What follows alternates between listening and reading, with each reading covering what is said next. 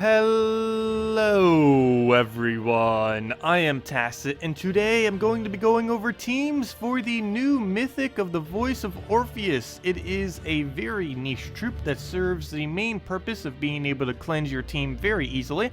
It not only has impervious, but it has the capability to cleanse all allies whenever it takes a yellow, making it the best possible cleanser that you can use.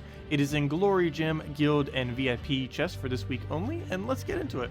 We'll be going over some teams as well as what it actually does. So, what it is, basically an inverse famine with a lot of cleanse. It deals damage to an enemy boosted by all ally mana at a 1-to-1 boost ratio. It does not, however, boost on itself. And then it cleanses all allies, and then on top of that, it also gives all other allies 5 mana, exactly like that of the Dwarven Gate, which does it for 10 mana, but of course this has the damage and the cleanse on top of it. The main reason you would ever use it though is for the traits. It has Impervious, which of course immune to all stats effects, as well as Devour and Mana Burn, as well as the cleanse to all allies whenever it takes a yellow, making it the best possible cleanse in the game, since all you have to do is take a pair of yellow and then boom, you got it. It doesn't even need to be a 4 times, just simply taking a pair of yellow will indeed cleanse your entire team, making it really good against Silent One, really good against Queen Mab, really good against anything with Faerie Fire spam, and any other annoying stats effect that ever comes around. This will be the guy that you use to get it off. So with that being said, this is not really a team that you throw against absolutely everything you see, though for the most part we are going to be throwing it against everything we see. We're going to be starting off with something a little bit more towards the expensive side, then going to something cheaper, then going something to more towards mid-range.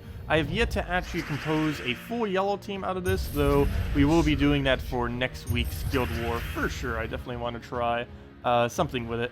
Particularly since that day tends to run a lot of counters. Speaking about counters, this team has quite a few things that it is really bad against.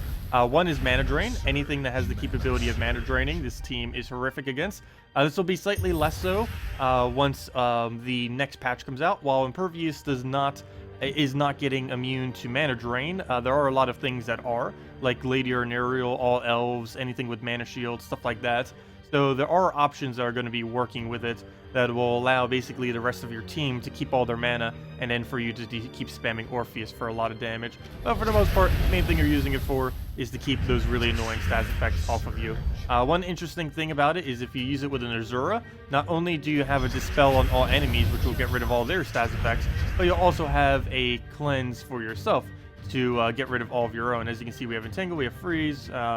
I wish we could actually get the thing off. I guess we'll go do the poke right now. As you can see, we have a lot of really high mana costs on this team. Ward Breaker is the highest mana cost troop in the game. Unfortunately, it is another mythic, but using really high mana cost stuff with him is very, very strong. As you can see, does quite a substantial amount of damage, and we even got our full mana on our Azura right there as well from the 5 mana that it gives to all allies. So things that regenerate their mana after they do their cast is really good with her. With him. I keep saying that because of the long hair. Keeps throwing me off. But he is really good with anything that has high mana cost. Unfortunately, Nyx is also good at countering that kind of stuff.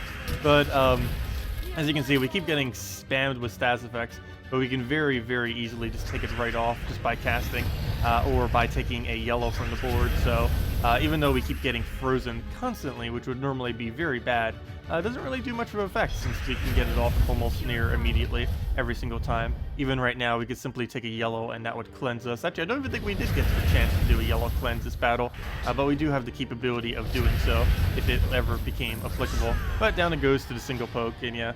And for Orpheus cleanse, really nice with Azura. Actually, next one's going to be using it too, since it is a budget team. But it's one of the easiest things that you can really put onto the team. So here we go. We're going to be able to use it against 2 different stats effects, or 2 of the same stats effect. Never mind. He doesn't have Faerie Fire on it. But the Glitter Claw does indeed have the Faerie Fire, and that's going to be able to place it on us. This actually works that he's using something slightly less upgraded, because we're going to use the low-cost Orpheus. This uses everything ultra rare and below, and the only things that are above it are, of course, Orpheus, because it's an Orpheus team, and Azura, because Azura is a free Kingdom Epic. The War and Peace is a free weapon that you get after doing the Adana questline, and then the Kaziel questline, which is the one all the way north with the one with all the dwarves. And Dragonian Monk is an ultra rare. Dragonian Monk will be doing board control plus barriers. War and Peace is mainly just for damage, and so we can use a high mana cost hero weapon. I believe this is the highest mana cost hero weapon you can really have as a early game player. You can get this weapon by around level 50, maybe like 100 at the latest, just from doing some questing.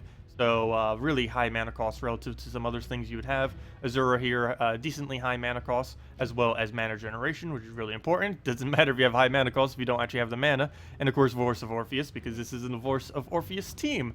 As far as this team being really applicable, no, obviously it's not, but this is the best extremely low cost team I could possibly think of if you do happen to want to use him in early game. Do keep in mind, as I mentioned earlier, he is very, very dependent on actually having full traits to fully utilize it, and if it's not fully traded, you're probably better off with other alternatives. So right here, it is going to get our drain on last slot. I don't think that's too important if we keep getting drained on last slot. I don't know if I want a skull or if I want mana here. I think we're just going to take a skull. Mana is pretty important, of course, with this team, but we'll do that right there. We didn't even have any mana for it to really steal. Need to start getting our mana generation up. We got Dragonian Monk there, so this will allow us to do so. There's only 2 yellows on the board. How did that happen? Wait, do you remove yellow? Oh, it chose yellow, of course. You have the choice of any color, and the AI actually gets it correct. Amazing. But we'll go do it right here. That's full mana. Mainly doing this for the full mana, but we do get ourselves 3 barriers as well, which is nice. So it works out both ways. That gives us the mana we need to now cast that, and now we can get going. We clear out the board. We have our mana on everything. Not the greatest of casts, but we can get rid of our faerie fires that are on us that are starting to stack up, and we can start targeting out his team. So we'll go for this, go throw a mana generation down. We can keep barriering whenever we need off of that. That gives us our last little bit of mana that we need. We don't have, oh wait, we do have a drop for that, so we go take that, get our skull poke, throw our full AoE, and basically just keep repeating this with barrier spam and everything else. Dragonian Monk for board control and barriers. Whenever we get stats affected, we could do one of 2 things. We could either take a yellow here if we're fully traded, or we could just keep looping until we get his ability off again. In this case, there's only 1 blue on the entire board. So I guess we go down the route of just doing a nice X somewheres. Trying to find the better X. Doesn't look like we really have too many options. I guess we'll do it right here, even though it takes our only blue from the board. Also gives us some red, but it does give us, a little bit of mana actually. But we'll go and throw this down. We'll be able to get something as a retaliation. It does have a good drain there, and it does do it on the best possible option. Even if it gets Faerie Fire there, if we can just find ourselves a yellow, we'll be good to go. Well, another X. Only problem with this X is we do have to keep taking yellows occasionally. I was hoping we would be able to get Azura up a little bit more. It was working a bit better earlier, but let's try getting that up. Of course, it is supposed to be low rarity. So we'll just keep throwing the War and Peace, get that down. Go and take that one over, take the red, and... Oh, I didn't even realize I accidentally did that combo. I didn't mean to. We're using the Dragon Hero class with Dragonian Monk. That makes very little difference because Dragonian Monk has almost no effect off of the bonus you get. Anyways, let me go and throw this down. I'm not going to bother calculating that out, but yeah, of course, that isn't enough damage. It's actually a relatively low amount of damage. It's why you need supporting things like War and Peace and other just damage sources in general. I was expecting it to be a little bit better as your only damage source, but no, it is towards the low end. The main purpose of it is basically cleanse and cleanse only. Cleanse is a good majority of what it does. Almost the entire thing that it does is pure cleansing spam, which is still nice, but of course that makes it so there's even less things that you can use it against, since the only reason you would ever use it on your team realistically is for mass cleansing if it's really important to get rid of the stats effects that are on your team. For example, that's one that I haven't mentioned yet either, Corvash. If stun ever becomes a really big thing, like stun spamming for whatever reason, might be a little bit more popular next patch due to all of the mana shields gaining immune to, and a bunch of traits gaining immune to mana drain, so people might want to stun it out. Almost all of them, if not all of them, will be stunnable. So stun it and then get a mana drain off might be somewhat popular, but if that does become a thing, then boom, Orpheus just gets them away. Orpheus is going to be the main thing that prevents a lot of stats effects from really ever being able to take off on defense for now on. Might still be seeing a few of the more common ones like Queen Mab teams and Faerie Fire teams, but as far as the other stats effects, I think they will damper off just a little bit, particularly in late game due to Orpheus now being around, since now all that anyone has to do is put one in a team and then boom, you're kind of safe from a good majority of that. Silent One in particular is going to fall off very heavily because a single Orpheus is such a hard counter to that.